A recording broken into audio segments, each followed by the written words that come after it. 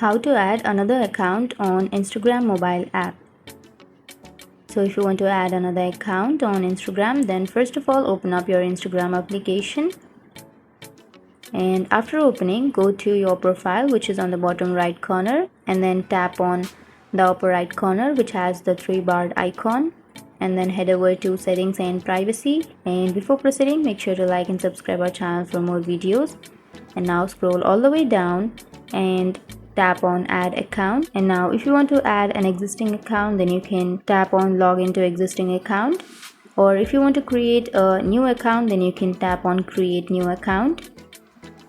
And now if you want to log into an existing account on your Instagram mobile app, then you can simply choose any of these accounts.